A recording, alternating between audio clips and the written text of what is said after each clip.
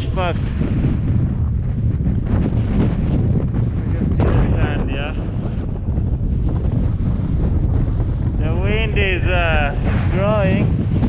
In a couple of hours, there will be filled with sand. We need to find a place as soon as possible.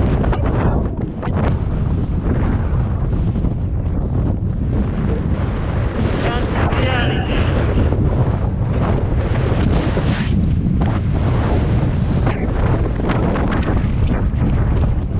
Oh my god, it's just sand, sand. Sand everywhere. My eyes open. Can't see anything.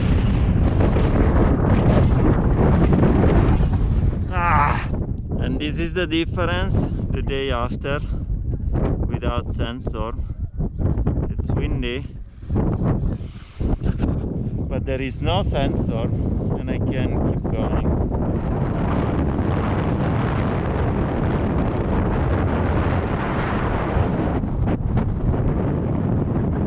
Sudan sometimes is full of surprises. The first village in this direction is about 10 kilometers away, and on the other direction is about 30 to 40 kilometers, and the sunny desert. But look at this. Someone made a petrol station in the middle of nowhere. It's super weird. They don't even have electricity.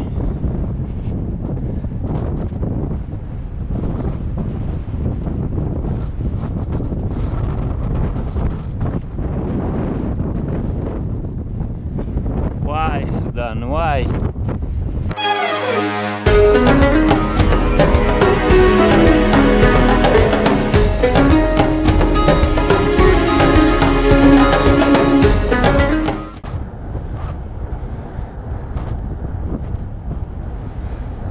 The sun has set. It's still very windy.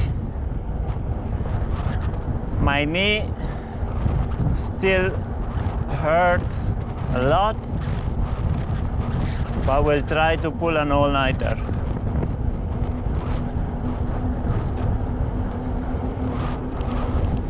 I cycled 55 kilometers. I still have about 120 to go.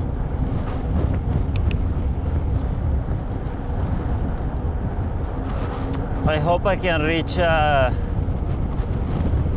cafeteria within the next 20 to 30 kilometers.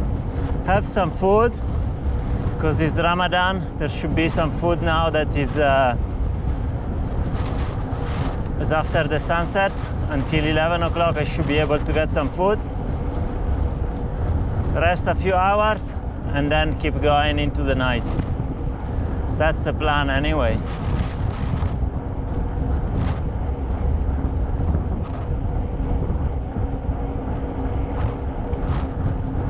Beautiful.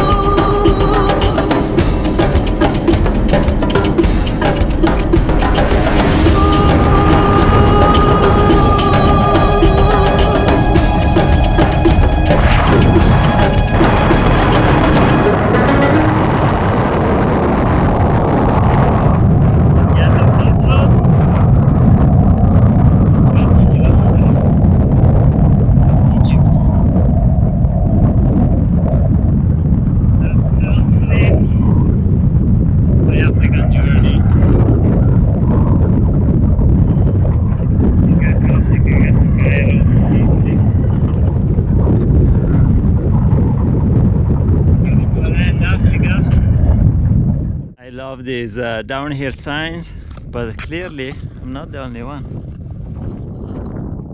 There's a message.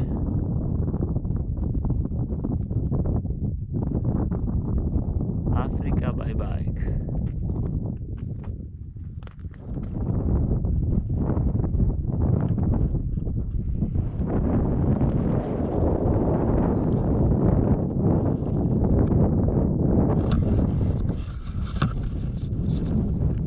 I wonder if the person that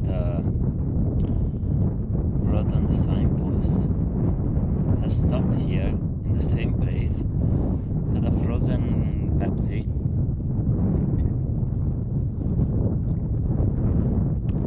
and thought, what a freedom traveling by bike. It's I can't even describe, but it's an amazing experience. How many people in the world have the privilege to experience this? And I know it's a tar road. What can you do? Nothing is perfect. But can you see this?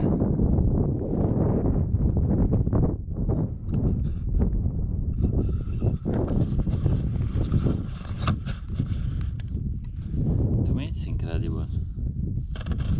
It's almost, in August it will be 4 years that I'm on the road. It's amazing.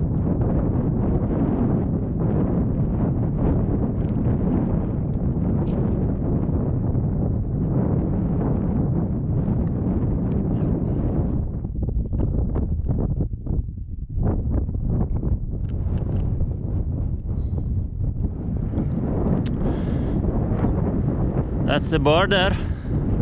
Sudan, Egypt. Last country to go. I'm gonna remove my GoPro, hide a few things, and do all the bureaucratic stuff. Hopefully it's gonna be quick. This is a pretty messy border, I was told. Let's see how it works out.